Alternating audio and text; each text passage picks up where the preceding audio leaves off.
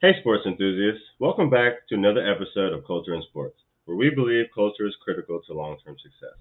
We take the positive and the negative experiences from our guests with the intent to create a better sports culture for the future generations. All right, welcome and thank you for joining us today on what will be our third episode of our second season here on the Culture in Sports podcast. I'm Wes. I'm Mike. And we are your hosts. And today's guest, guys, is a one-of-one expert when it comes to the world of paravolley and volleyball.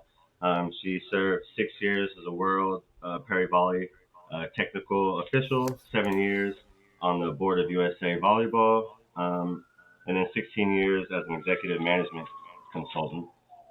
She also was currently appointed sports director of the World Paravolley Board, and importantly, the first woman to do so. Please welcome USC alum Lori Okimura. Hey, Lori. Fight on, Wes and Mike. Hey, so we're so glad to have you on. We have a lot of definitely interesting questions for you, but just like most of our guests, we want to kind of get a feeling of how you got involved in sports to begin with, and where your love for it started. So if you can kind of go into that, let us know where you started loving it, and we'd love to hear it. Well, for me, sports started, my love of sports started very early on. I come from Hawaii. And in Hawaii, sports is all sports are the national pastime. But my grandmother, believe it or not, my grandmother, who's one of her dear friends was Senator Patsy Mink, one of the authors of Title IX legislation. And my grandmother played all different types of sports, mostly recreationally, right? It was just sort of a lifetime passion for her. And the sport she started off for me was volleyball, right, which is huge in Hawaii and really a great sport for young women and girls. But she taught me, and nothing sophisticated. Like we didn't have these great arenas like they have now. It was basically like a net and sometimes just a string between two trees, in our backyard or at the beach. And so very early on, for me, it was sort of like the physical attributes of sports, the benefits, right? Being outside, good weather, playing with grandma, right? Who's not going to love that, right? Absolutely. But, sports became just sort of a part of the regular day-to-day activity, right? And I have one of those sort of interesting stories where I actually am not an athlete, right? I'm actually not a professional athlete. I mean, I got as far as college, and in my high school years, I was getting really serious about lots of different types of sports. I played volleyball, played softball, played soccer, but as is the case in a lot of athletic journeys, I suffered a pretty serious injury in my high school years. In fact, my senior year in high school, did Was it about playing volleyball? six. It was playing volleyball. Actually, it was during playing volleyball. It wasn't suffered while playing volleyball, but I got into an accident, and it was serious enough where it actually affected my ability to walk. Right, and I had a very dear friend. It was a partial paralysis. I think mostly due to the severity, right, of the shock, right, to the body. Mm. And I had a really dear friend and mentor, a coach at my high school. His name was Gary Rikus, who recently passed away. But Gary was somebody who really worked with us when we were young kids, teaching us all about what really at that moment it was recovery. He was recovering himself from a lower back injury. He taught us not only about recovery, but he taught all of us about preventative measures that you can take, right? Health and wellness and Mm-hmm. everything from, how to prevent injury by becoming stronger to, okay, then you have to feed your mind, you have to feed your body, nutrition and everything else. Um, my story from an athletic standpoint physically ended at that point, right? But And obviously what do you do? you had love for the sport so much where it kept something inside of you was just like, no, you Yeah. got to keep going with it. Well, so things changed for me, obviously, that being, your senior year in high school, and if you're really athletic and you've really been involved in only one sport, like very aggressively, right, very intensely, of course, you have your mindset on either going to college and playing in college or advancing to another level. And for me, that moment created a shift, in my course, and I ended up at USC, thankfully, right? Nice. That had has obviously a wonderful athletics department, and through that move or that step, in my life, it actually started my career behind the scenes in sports. I got really lucky to be able to still be a part of the women's volleyball program, right? To be able to try and, play out a year, which it just wasn't going to happen for me. So I took an internship in the athletic department, and I started working in sports information in the media relations. Got to work on football. I mean, treasured opportunity to work How, on practically what was a pro football team at that time. and how did you get involved with the internship? Is it something that you went Yeah. and kind of pursued yourself? So it was being involved with the women's volleyball team, even on a sort of a half in and half out level, led me to the people that were working with us behind the scenes, athletic trainers and the sports media and marketing. And you know I think you hear people say like, oh, everything happens for a reason. It's like, well, I don't wish I got hurt for a reason, but going to a place like USC, right, which has so much opportunity. I mean, people feel that way about their colleges, but I definitely can say, that there are people who reached out, right, who understood that I was kind of struggling with that whole leaving, being an athlete behind. And the sports information director, who only just recently retired, right? I mean, I've been out of college for a while, guys, but the sports information director, his name was Tim Tessalone, and he only recently retired this past fall. Um, he approached me and said, "Hey, I have this student internship program. I mean, the program had been around, for a long time. Like Will Ferrell was an intern at the time, Oh, and really? I remember just watching this guy and go, man, that guy's such a goof, But the internship program is a legit, serious, program there, especially for sports information, and thousands of careers have been launched." In the world of sports media, marketing, behind the scenes. I mean, thousands of interns have come through, through Tim's program, and and this was the moment, right? This was the stepping off point where you fully embrace, not being able to play your sport anymore, but still being able to tell the stories, right, behind the scenes, still being able to And just to be see. involved. Yeah, and just trying to see like how people, we sometimes think, when you're athletes, you think even when you're a little kid, oh, the goals already get set up, the balls are already out there, when you arrive at the field or when you come to the court. But really, there's this whole culture behind it, right? There's this whole, like, it's not just operations, but it really is culture, right? People with Yeah. the mindset of, okay, I'm going to see this athlete, this young athlete who's, not able to continue as an athlete. I'm going to reach out to her and I'm going to ask her, okay, well, what else is there that we can have you involved in, right? That will allow you to still contribute, will allow you to still be in the environment of the athletic department, right? Will allow you to still have that camaraderie,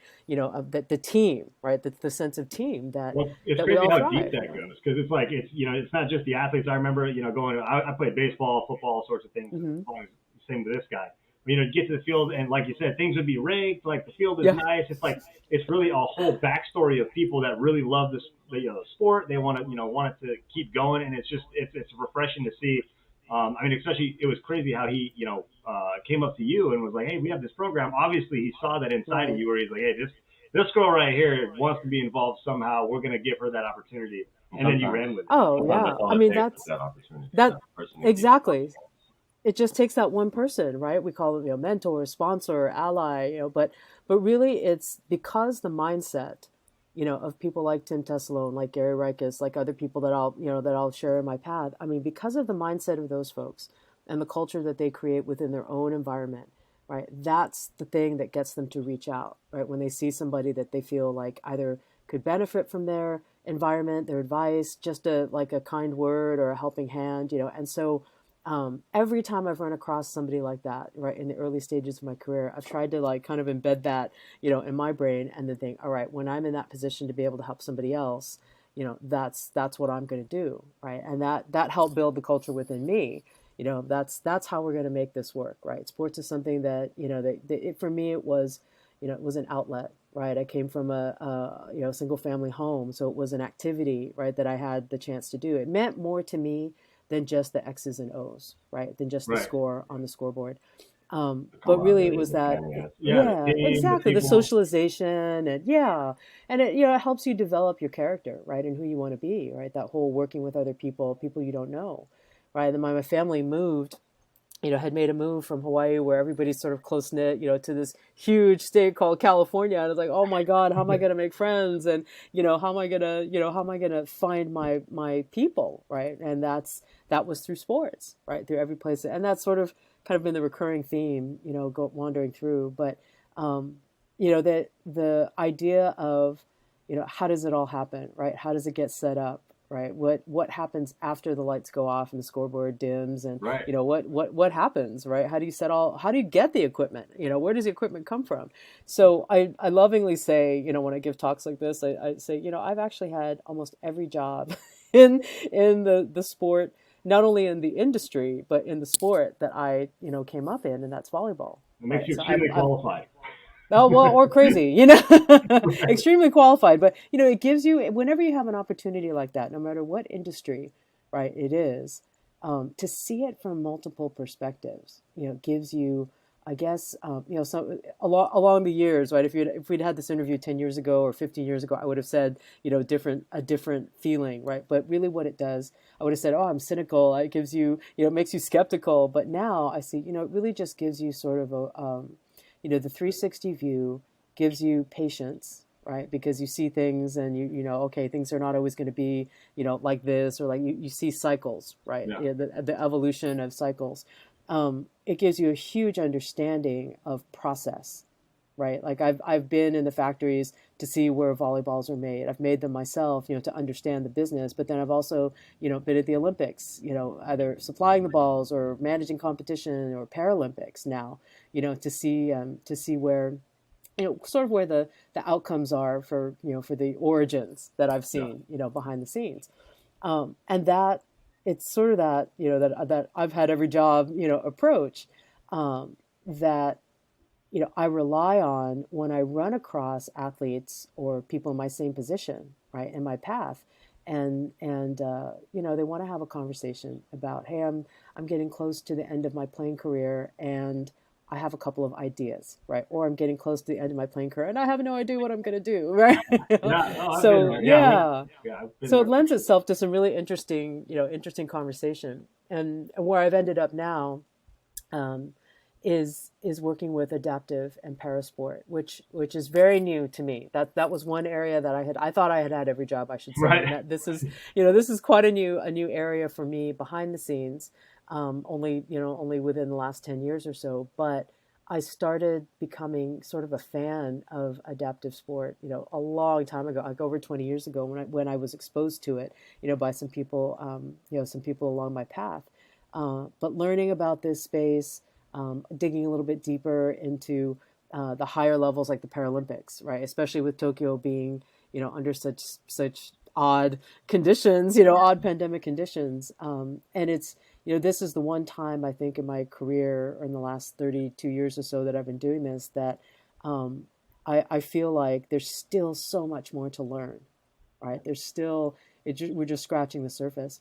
But having said that, I'm also still focused largely on working with Olympic and Paralympic athletes that are making that transition, right, Yeah. to the workforce. Yeah, Well, one of the things that really gets me, like that you said earlier, is you kind of like, you had the opportunity where, they kind of brought you on to what you're doing now. And now that you've been in all these different shoes, worn all these different hats, you're able to go back and look at different people and say, hey, look, I see that athlete. They might be, just like you said, done with their career, but I have something that you could do to stay involved in it, and and just guidance. So just because you got that one mentorship, I feel like it's amazing that you're turning it around, and you're actually putting that first. You're like, hey, look, what can I do to help this yeah, person?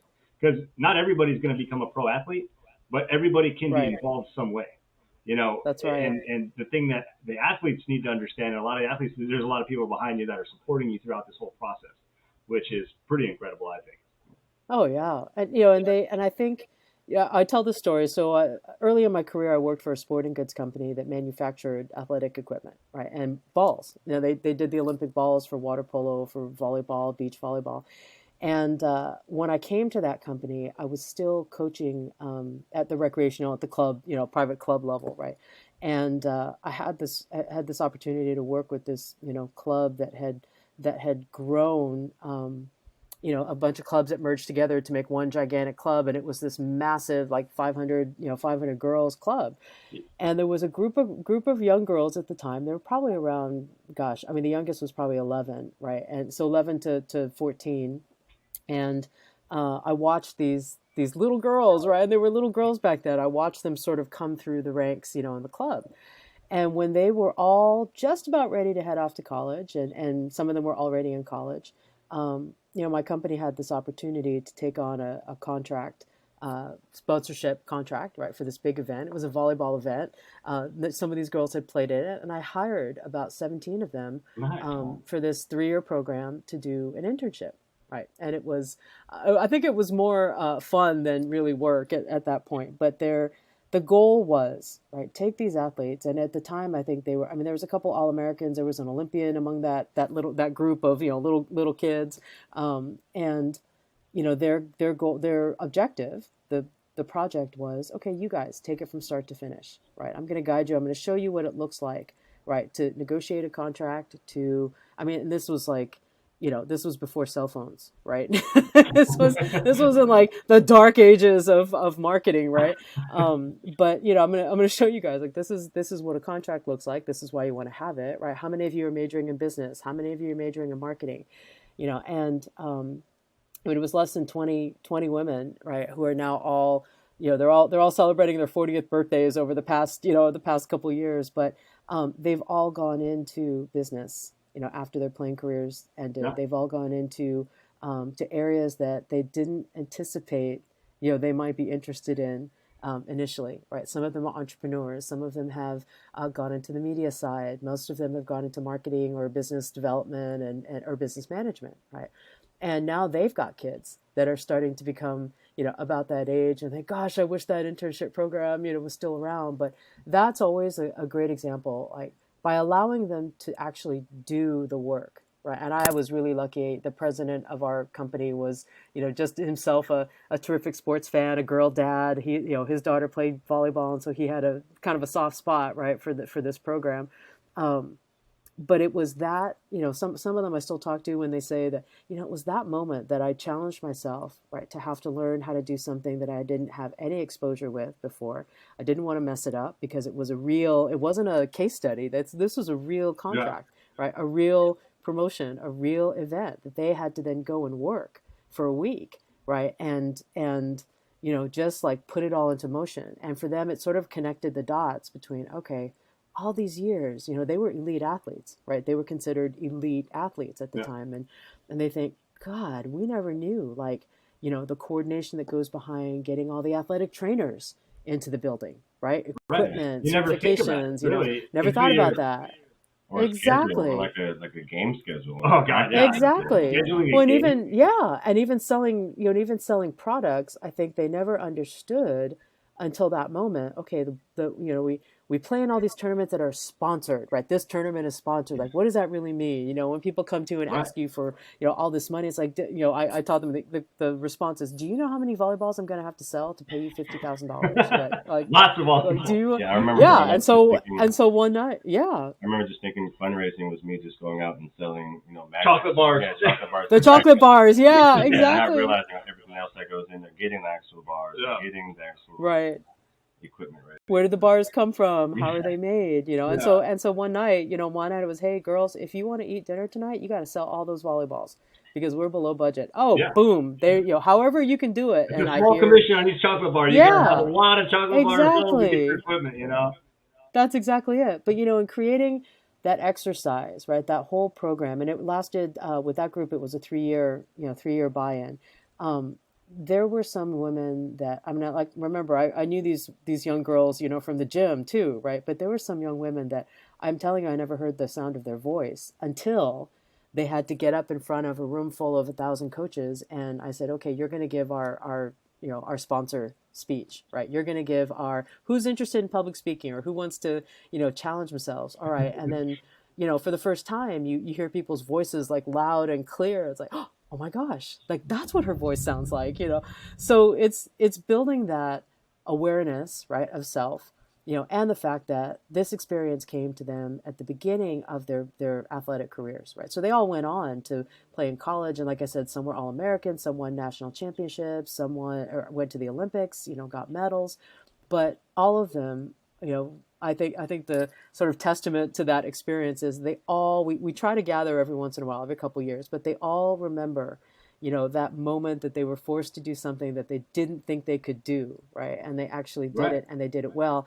And it had nothing to do with, they weren't dressed in a uniform. They were in plain clothes, right? They weren't holding a ball. They weren't standing next to a volleyball net. They achieved something right off the court that then would give them a launch pad, to say, all right, when I'm done playing, I'm going to be all right. Right. I can figure this out. Right. I Especially you can, I can get a job and I throw them can into a figure room it with out. 1,000 people. You're just like, yeah, Right. go. Right. Go in there. You know what to say. Now you just got to go and do it. And then Yeah. obviously just putting somebody in front of that, in that situation. I mean, they look back, I'm sure, on their things like, oh, I got to do this. Like, oh, remember the one time I had, not any experience and I was thrown in front of these people? Yeah, like I feel like that'd be a huge thing. Like, hey, if I could do that, I could do anything. You know? Right. Right. And that's really part of the exercise, I guess, right? You don't limit yourself. If you think you can do it or you want to try, and you haven't done it before, okay, great, get some information. Ask a few Right. questions, like, okay, how long is my speed? And that's exactly what they did. They responded, just as if I had told them, okay, you need to close the block, right? Yeah. If I was giving them instructions on the court, they responded so brilliantly, just as people, right? Just as human beings, like, okay, all right. Well, how would you like me to refer to, this, or what do we call this, or how much time do I have, and can I give some shout outs to, who do I need to thank, right? So Yeah. just the thinking of, who do I need to thank in my speech, and what, that then it's like, okay, this is good. These skills that you're learning this in this summer program, and it was really just a couple weeks during every summer, right, that they were home. Like these skills that you're learning are when you're giving your Hall of Fame speech, or when you're giving your senior night speech, or when Yeah. you're in the thick of it as an athlete, you'll remember some of these skills, and then every time you do it, it'll just build more confidence for when you step into the behind the scenes workforce. Absolutely, absolutely. And I also see like in that kind of a situation, they're going to come back in future times and say, look, it's good to get like because I was put in that uncomfortable position, I got here. Right. So now it's like, okay, well, in future thinking, like, okay, well, this is an uncomfortable position, but if I could put myself there, I could excel to here. So I mean, it's Yeah. like definitely opens your mind for like the next big move. And I think like I mean, a lot of the people Absolutely. you're talking about, you get together every few, as often as you can. But it's just, I'm sure it's interesting to see like how people have progressed since that first time that you've thrown them in front of people. And I used to It's hate that really saying, amazing. diamonds are, made under pressure. I used to think it was so cliche, but it's so true. I like that. I Like like that. the more that It's you kind of put yourself in uncomfortable positions and, put yourself out there to, try something new, the more you'll grow, as a person or, in your profession or whatever the case may be. Absolutely. And really that's the whole point, right? It's like, how do you deal with the pressure, right? How do you respond, right, when you're put on the spot? And that's something that's in there. Sometimes it's hard to bring out yourself, right? Sometimes It it's is hard to like, absolutely pull that out 100% fun. yourself. Yeah. And then you also don't want to create trauma where, I mean, really part of the learning process is you don't just want to throw them into the deep end of the pool without Right. learning how to swim, right? So it's giving them some preparation, or giving them at least enough information, right, to be able to then, do what they have to do, Yeah. as far as challenging themselves, or building that confidence, or, building that skill, right? Yeah. You don't want to give them PTSD on the first one. Yeah, Yeah. exactly, exactly. I don't want to do that, right? Yeah, no, Exactly. yeah. Yeah. I don't want to induce trauma. Exactly. But I mean, that's it's super interesting to see. So, when was the last time that you met with some of your folks that you've been working with on that page? Has it been recent? Well, actually, just this past Saturday, I had an adaptive sport clinic that I was hosting in downtown Los Angeles. It Hmm. was an outreach program, and one of the women, now one of the moms, now I can call her, but one of the little kids from that program, she brought her daughter, who is just a champion water polo player. She's going to be just like mom, play in college and hopefully move on, in there. And then she brought her young son to come try some adaptive sports for the first time. Sitting volleyball, they were excited to do, but we try to get together, as often as possible. The last time I think the majority of the group got together was probably around 6 or 7 years ago. It's hard because everyone's got kids now, and Oh, it's like I mean, there's I a whole hardly see different my own scheduling friends thing these going days. on. They live down the street and I'm Yeah, busy. So but every once in a while, it's like the classic. You'll find um, you'll find a photo from those days, or you'll find, some kind of memory or something, and then everybody sort of jumps into the group chat like, "Oh my God, do you guys remember this?" Or somebody's, son or daughter will have done something that reminds them of, an old teammate or themselves, and then we're thinking, I always have those moments where, God, I'm so much older than these girls. But you gotta Oh my feel God, some sense of yeah. just pride of just knowing, hey, look where these people are now, and like, you had a huge part of that. Absolutely. Absolutely. And to see their kids, this next generation, growing up, and a couple of them have actually done some, not really as intensive an internship, but, I've hired a couple of them where they volunteered for, Nice. for events that we've held. So you kind of get to see the full circle effect, right? Clearly these parents who went through this experience also, really nurture their children, right? To be well-rounded and think of things from the behind the scenes, right? Don't take for granted as an athlete that the pool's just full of water, No. year round and doesn't need to be cleaned, or that the balls are inflated, or that the referees are, going to show up. And so I can see it. I can see that, the same lessons I think that they're That's, instilling in their that's a big kids. one for adult softball leagues now. Yeah, Referee's right. not going to show up this Exactly. time. Referee might not show up. Yeah, Yeah, you might yeah. have to call somebody out of the stands. Hey, come on over here. We need an umpire for this game. Yeah, no, for sure. That's funny. So, Yeah. going back, I know you were recently appointed the director of the board of World Paravolley, and kind of was it in January, I believe So back you. in January, right, and it's the role of the sport director.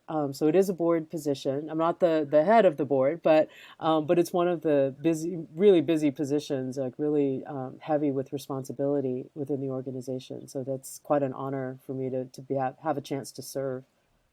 And how'd you kind of get into that? Was that another situation where someone came to you and was like, We need your help. Like, we need you. Actually, "We need We it"? need your experience. actually, 100% it was. In fact, it's the president of the World Paravolley Federation, and World Paravolley is the international sports federation that governs all the disabled disciplines of volleyball. So sitting volleyball, standing volleyball for amputees, beach paravolley, and even sitting beach paravolley. So there's sort of different disciplines within the same sport organization.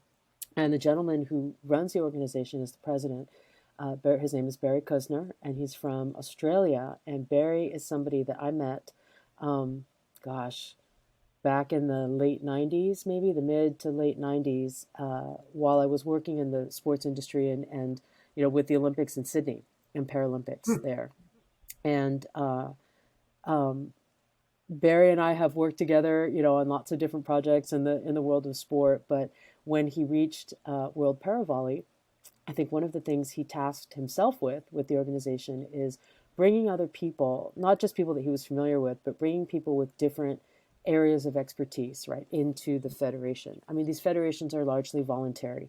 They work with huge calendars of events and lots of responsibility, but the majority of the organizations have a very heavy volunteer presence, right? And so you have to find people that not only want to do the work, but then have the capacity, right, and have the time, right, to be able And to also fit the that in. connections, I feel like, because you want to have, Yeah, absolutely. yeah.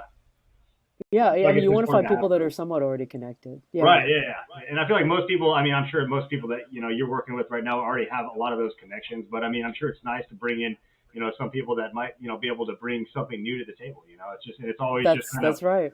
growing and expanding. And that's why I like, what he did. Just kind of bringing everybody kind of in, and like everybody has, their own different expertises and Hmm. connections. And that's how you grow, I feel like, a corporation, a company, whatever it is. Otherwise you just kind of at a Absolutely. standstill, so. Well, and it's succession planning, right? Which is one of Yeah. the areas of business that most often is lost, right? Maybe not totally forgotten, but lost in the shuffle is succession planning. Like what happens? I used to call it.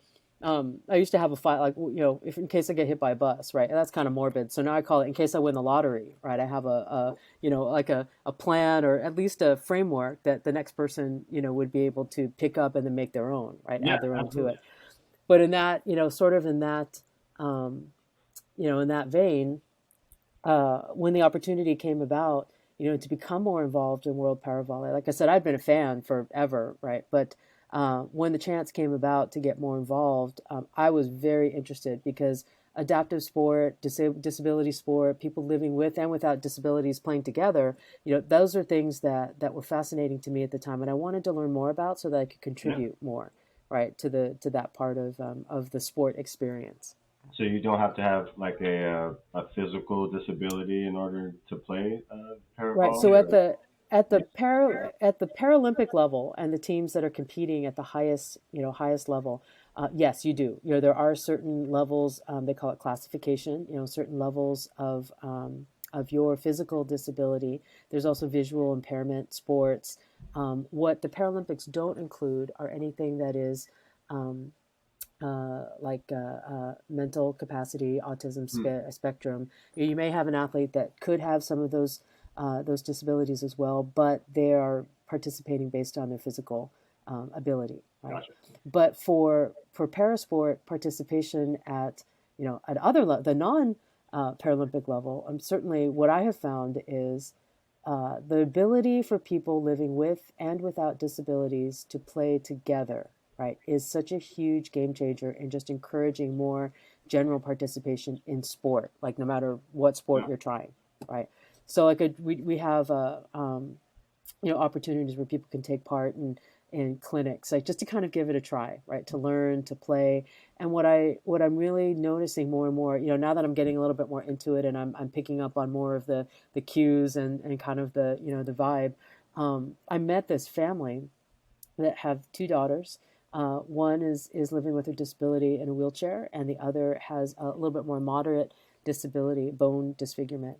And I kind of take this for granted, right? When I see them both out there together on the sitting volleyball court learning how to play, and I'm like, oh, that's so cool, right? They're trying my sport, they're trying, something I love, and the parents are off to the side, kind of like, like tearing up because Yeah. this is the first time that their daughters have been able to play on the same team, right? And So it's that inclusiveness. one thing I was going to ask you. I mean, I feel like it takes a lot of courage, to get out there and to play. If you do have kind of a physical ailment, because a lot of the times you're kind of worried about it. But I mean, it's so nice to have people that encourage. And I mean, it's a huge thing just to be a part of a team and all that. I mean, it's just a huge thing. So I feel like the more encouragement that we could give, however we could do it, is going to just be Yeah, better for everybody in general. And I feel like those people that get left out are the people that have more hard times later on in life. yeah, So I mean, I like the yeah. encouragement of it and kind of getting people together to play. And I think that's a big step for even just like future athletics in general. Right. Well, the encouragement is such a big part of just sport and athletes in general, right? It doesn't matter if if you have a disability or if you don't, right? That Right. encouragement Terrifying to get out there on is the a field, key no matter what. component, right? And so what we're talking about, with accessible sports, right, or disabled sports or adaptive sports, all the different versions. What we're talking about is access, right? Because adaptive athletes are athletes, period, right? They're the same, really in lots of different ways. We're all the same, right? Whether we have a limb difference or some sort of like medical disability or physical disability or no disability at all, there are some similar challenges, right, that Right. everybody would have. Now there's some additional barriers, of course, like is the access to the facility accessible? Like I've seen some places where like they'll do a clinic and think, oh, this is so great of us. They pat themselves on the back. Oh, we're doing a clinic for people with disability, but then the clinic is in a place that only has stairs. Yeah. And how do the folks in wheelchairs get in? Or even if you're just going to watch, how would you get in if Yeah.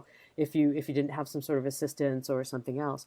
So what I one of the things that I really love about both World Paravolley and just the Paralympic movement in general is that they're focusing on the ability part of the athletic journey, right? Not necessarily the disability Yeah. component of it, right? And that's in building that culture out, I think that is important for every sport discipline, right? To focus on your ability. What can we do together versus what can't we do or what are we not able to complete.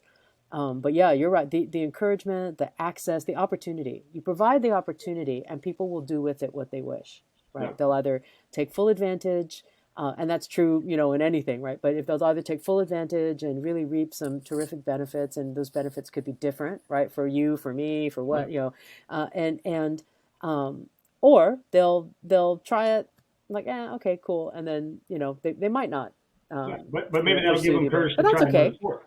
You know, Exactly. that's all Yeah. it is. Or they'll know like, yeah, that's not for me. I'm going to give something else a try. Right. Exactly, exactly. So Kind of figuring yeah. out what you like and just having the opportunity to find what you like and be Right. able to compete Right. in it. And competing is good. I feel like on any level. I feel like from when a young age, competing is good. I mean, life is competing. You know, Right. and as long as you're with the right people, encouraging people, and on the same level, then I feel like things will go well. When it Oh gets yeah. away from that, I think is when it gets troubling. When And you have the parents screaming at each other and screaming at the kids, throwing things onto the field. Okay, that's I'm over. I'm done. You know, pack it in. Let's go home. you know, and I knew a lot of parents like that. Yeah, we all do. I think we all do. I think anybody who's worked in sports Yeah, will have run across situations like that.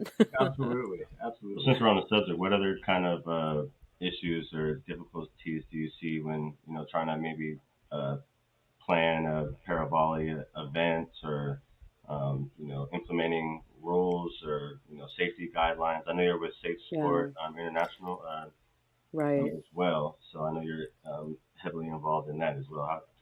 What kind of goes into that process? Well, I think one of the biggest barriers, and this is something that's true of all, sport production, right, behind the scenes. One of the biggest barriers is providing enough competition, right? Finding enough places to play or being able to bring, people together from all around the world in meaningful engagement, like meaningful, competition.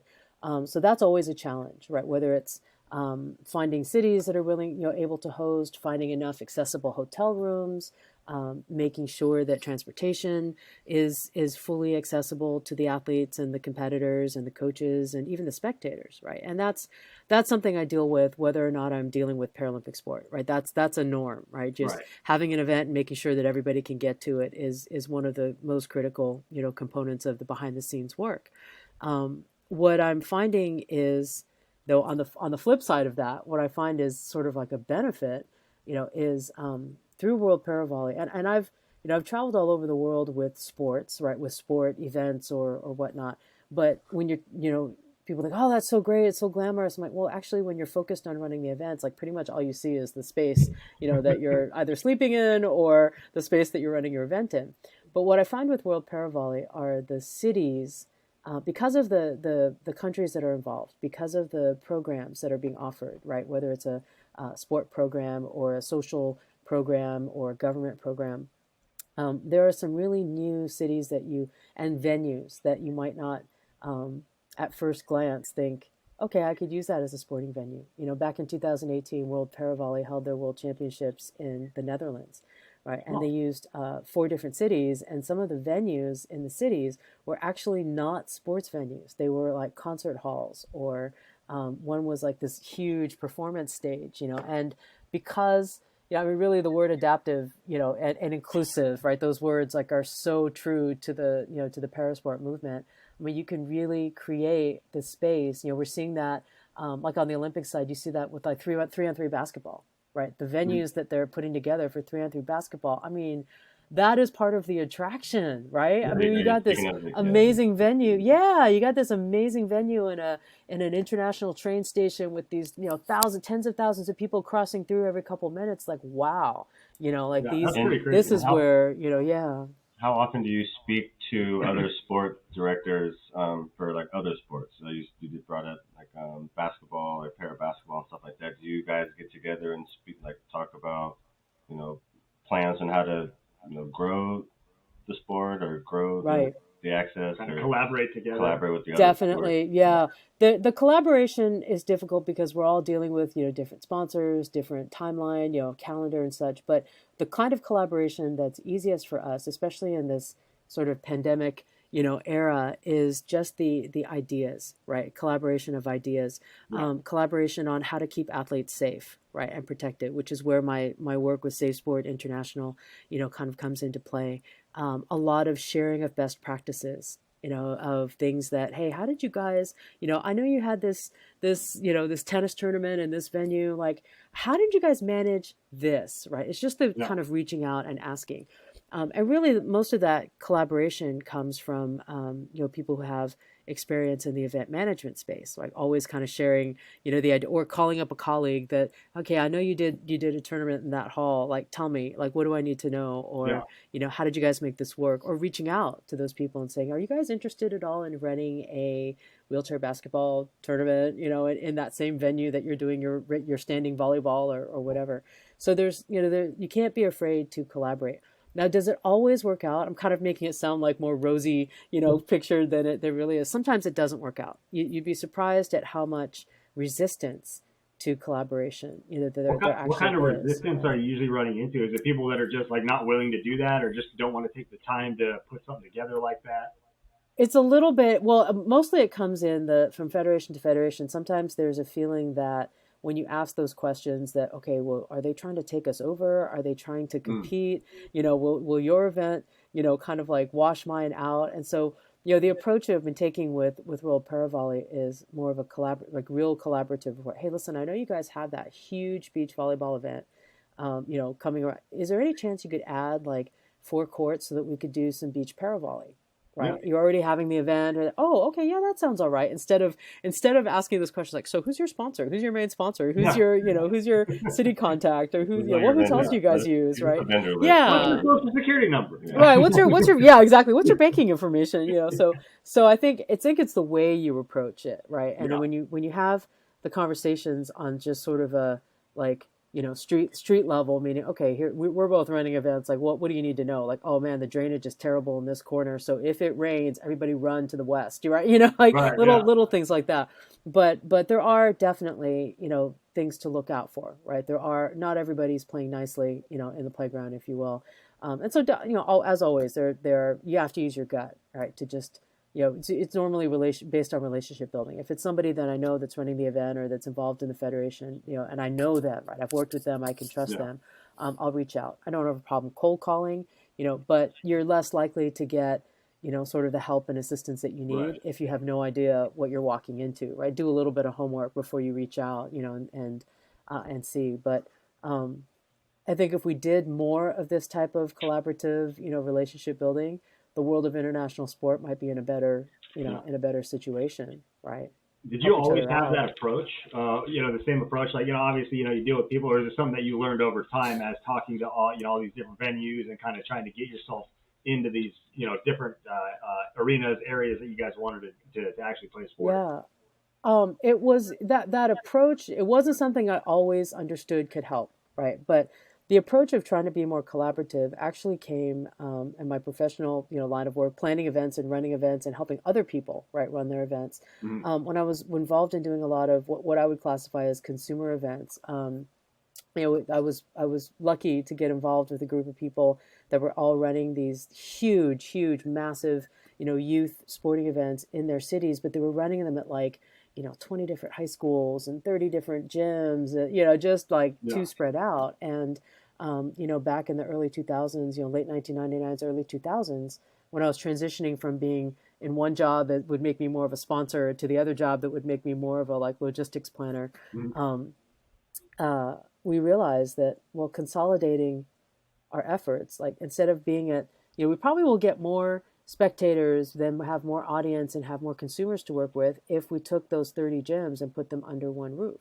Right. Like a convention center, like and you make it a fun weekend or a day. Exactly. Yeah, absolutely. Yeah. I mean, I remember going to those events when I was younger, and it's funny because you don't think of it back then, but it's like, dang, there was like 25 different schools there. Like it was, it was crazy. Like who put that stuff together? Thinking about like a first AAU tournament for basketball that I went to, or like a volleyball where I went to go see like Shader and Erica Wilson play for Fallbrook, and there's just like 12 courts divided up, and there's like 5-6 different schools. I've never seen anything like it before, and it was so let me tell you, now you can walk into almost any metropolitan city into their convention center and see 100, 150, 175 volleyball courts, right, at the same time. And when it started, when that whole era of, special events started, I think to have 12 courts, 24 courts, 36 courts, was like, oh my God, this is massive, right? And now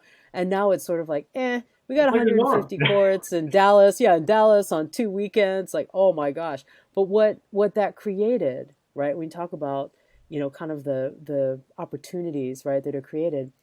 One is the opportunity for the kids to play, right? I mean, that's, Right. and to play in an environment where it's secure, it's, convenient, and gives the families an opportunity to go and not have to be driving all over, town, right? Going, okay, this morning we're in this gym, and then we have to go over to this gym, and then we have to come down to this gym, but what it gives you also is engagement from, corporate America that looks and says, okay, wait, you're telling me that you have 50,000 people all focused on some kind of sport, activity inside this hall, captive audience, for Yeah. 7 hours, 8 hours a day. Where do I sign up? Right. Right. How do And you from capture that many people any other way? You don't. that's Like exactly before it. you. You don't, right? And This that this age is range like is the the age hidden ranges gem. too. The age range. Yeah, you get people from Yeah, kids all the way up to grandparents, all there at the same time. Yeah, all the vendors are there. You can kind of absolutely. get all aspects of it. So Everybody at one great time. But what marketing. you also get, you get buy-in from the cities, that these events are being held in, right? And then they're looking to, well, what other kind of events do you have, right? Then that question comes up. Well, is there anything else that I can, is it the world qualifier for the Olympics for volleyball, the sitting volleyball world championships? Is it, beach volleyball? I've got a guy that does beach volleyball in my town. Could he host?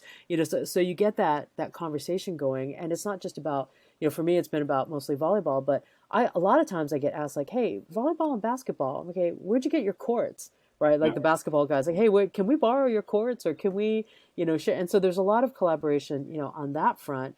And again, that cooperation, that collaboration, that leads to more opportunity, right? The more opportunity there is for the athletes or the participants, or even for the adults, if it's an adult tournament, right? The more opportunity we can create, right, for everybody, right? Then the more benefits come from that So opportunity.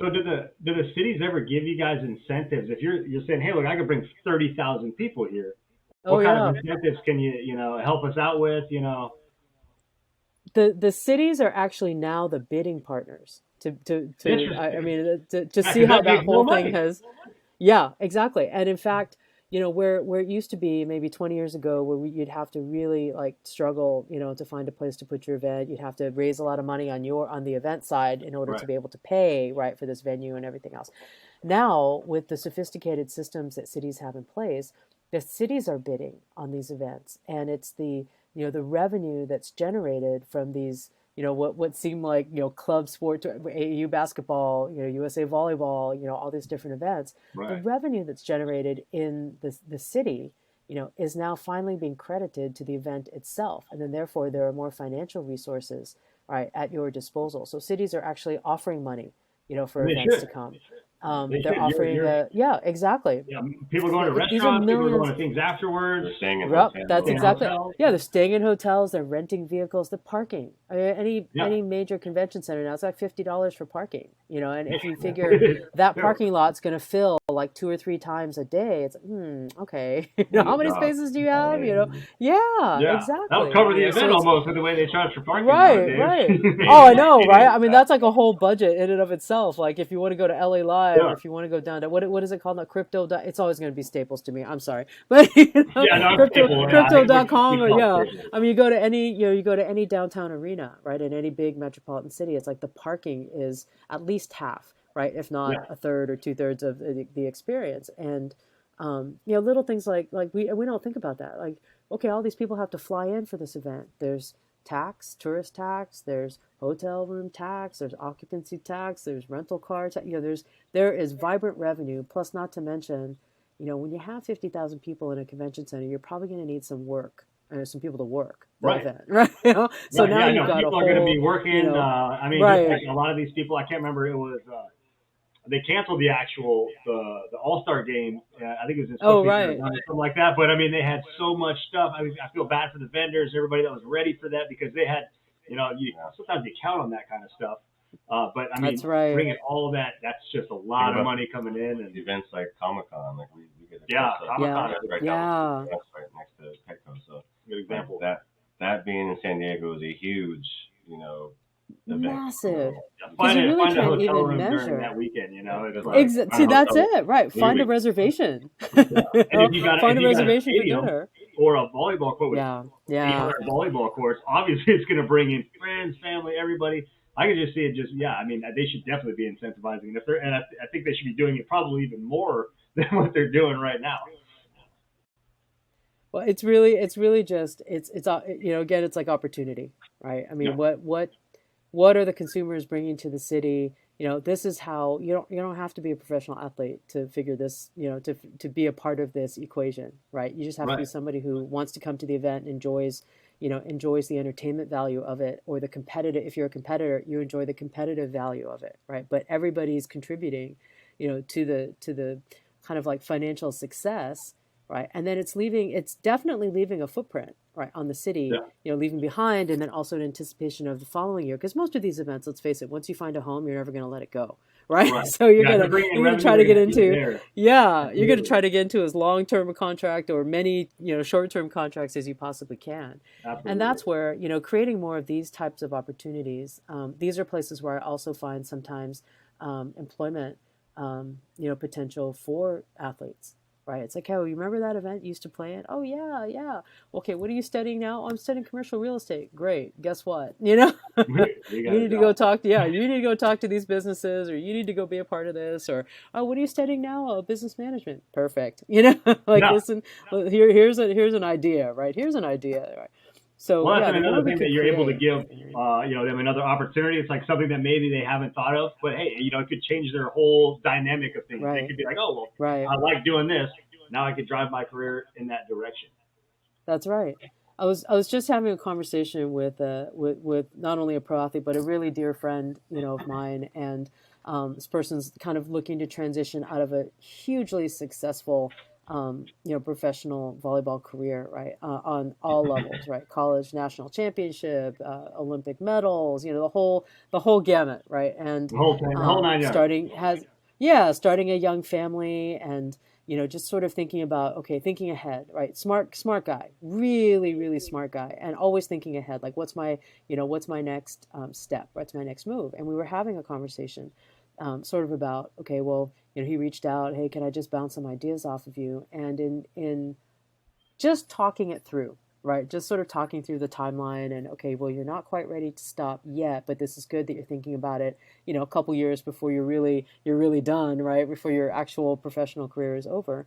Um, there was a little bit of, like, almost at first hopelessness in his voice, like thinking, what am I going to do, right? How am I going to, you know, how am I going to work this out? Like, do I have to go into a whole? I mean, I'm not opposed to working my way up from the ground floor. I'm like, okay, listen, you're not entry level, right? I don't care, you know, what your last several years have been spent doing, because if you think about it, you know, all the skills are there, right, that you would need to transition into the workforce, right, into the non-athletic workforce. Communication skills. How hard is it to go to a different country and not speak the language? And on the literally the day that you arrive, you have to be at work. You're in practice, right? You're trying to figure it out. Okay, go to the end of the line. Watch everybody do the drill before you do. Okay, that's you're thinking now, right? You're trying to survive, right? You're communicating in a different way. Um, you know, the whole idea of an athlete managing their own career, which most of them, let's face it, if you're not in the NBA, you're not in the NFL, you're managing, or you're not like a, you know, top 10 tennis player, you're managing your own stuff. Like, let's face it, right? You've got an agent, maybe you've got a publicist, but you know, you really have to learn a lot, right, of the behind the scenes. Okay, that's marketing, right? How you put yourself out there on social media, how you decide what products you're going to be involved with, right? Your input, based on your experience, you know, on product development. Hey, by the way, that is product development. You know, that's business development right there, right? So just being able to translate some of the skills that, you know, me as the sort of outside, the third party looking in, it's like, oh gosh, you're a great communicator, right? You speak so well. Like, okay, put yourself into one of these professional speaking, you know, agencies or opportunities, and let that be a buffer for your career. You know, while you're finishing out your, you know, your on the court present professional career, and then kind of priming yourself for what comes next, right? Right. And it's So nice there to are have you. definitely, It's nice to have you actually, help them specify that spot. Because a lot of people, I right, mean, you could probably point out like, hey, look, you're really good at this. Like, you have an yeah, opportunity to do, this. And a lot of people wouldn't even think about that. They're just like, oh, well, I'm not sure. It's nothing I'd ever really get into. But now that you say that I might be good at it, I'll give it a right, shot. And I feel like I could kickstart people's careers. I mean, again, being in an uncomfortable absolutely, position. yeah, yeah. working your way out of that position by just realizing, Right. just taking a step back for a second and realizing, oh yeah, I am actually pretty comfortable with public speaking. Or okay, so I've played in arenas that have 20, 30,000 people. Like I can manage stress, right? I can manage pressure. I could be in a I've had work to meeting. do, I'll be all right. It's You know? almost, yeah, it's almost like that exactly, right? restaurant employee who doesn't realize, like they start off as a host or a busser because they don't really want to talk to many people until, someday Yeah. your manager's like, hey, have you ever thought about serving tables or, bartending? And you're like, no, because I'm not comfortable with that until you actually do it. And you're like, oh, holy Like, well, we're crap. gonna put you in that Yeah, position. 10 years later, you're Yeah, either, yeah. a manager of the restaurant or something like that. It's that kind of encouragement or somebody seeing something in you that you probably didn't see before. That's it. I mean, really, that's it's like friend to friend. You have that conversation and just and say, well, gosh, you're really good at this. Have you ever thought of or here's something else I see you do all the time, right? So it's kind of you sort of put yourself in that. I have some of these athletes I speak with, I follow, I've known for years. I've seen them come, grow up and so, and a lot of them I don't, right? So then I have to go study just a little bit and try to pick a few things out, that I feel like, okay, if I was hiring somebody, let's say this person, I didn't know anything about their athletic career, it was just their resume sitting in front of me, right? If I had to pick a few things out, right, of this engagement, this discussion, or, it's not really an interview. I'll do a lot of informal, interviews and such, but I try to leave them with something that, okay, you did this really well. Like you pivoted from this tough question really well. You might want to consider honing that craft or honing that skill, because that's a really good negotiation, a sign of a negotiator, right? Or negotiation Yeah. tactic to be able to kind of, reassess quickly on your feet. So it's really just a question of like thinking about what criticisms I would have had of myself, when I was younger, just on the professional side, but also what highlights, right? Can you pull out these are like this is like the highlight reel that they never knew they were going to have, right? It's like Right. it's Absolutely. it's kind of a different type of highlight reel. But I found just naturally that's sort of where I've landed, right, in my career and my experience. So I try to pay attention, so that I know what I'm doing, and paying attention that closely, I notice things, that would be really interesting if that person ever thought about getting into this this business, right? And sometimes it's having a chance to either put them to work, whether it's with like a short term type of engagement or what. I mean, you find out really great things about people when, like you said, you put them in not really the only uncomfortable situation, but you put them in a situation where they can either sink or swim, right? And you watch them just like, shine, right? You watch them step Yeah. up and just like meet every expectation and blow it out of the park. And And if you don't, okay, you'll be able to kind of tweak it and say, hey, look, this is what you need to work on. Like I can see it. yeah, Like this is what you need to yeah, work on to get to that next level or to get where you want to be. right. Because So I mean, as encouraging as you want to be, it really is not always the rosy side of things. That sometimes right. you have to sit them down and be like, "Man, you are not good at public speaking." So we need to fix that. Either You're you need to not. practice more, yeah, or you need to use shorter sentences, or I don't. But you get sweaty. I can see you, like I can see your heart pounding out of your chest. Like we need to either figure out a way for you not to have a heart attack every time you're asked to speak publicly, or we have to figure out something else. Are you better with writing? Okay, great. Are you better with posting things? Amplify your social. If you don't like to do the public speaking, find your communication skill another way, right? Right. But Absolutely. yeah, it's always just trying to give them options. Yeah. Yeah, and then the more options you can give them, the more opportunities that they're going to have to, find out what they like and just excel in whatever it is. Right. So I Right. think that's important. But we are running just out of time here. That was one of the Okay. quickest hours I think that we've had. Absolutely. It went by really fast. But I really we want to thank you again so much for being on. And if you're doing anything in the future and you want to do any shout outs, things like that, let us know. We'll put it on the website, things like that.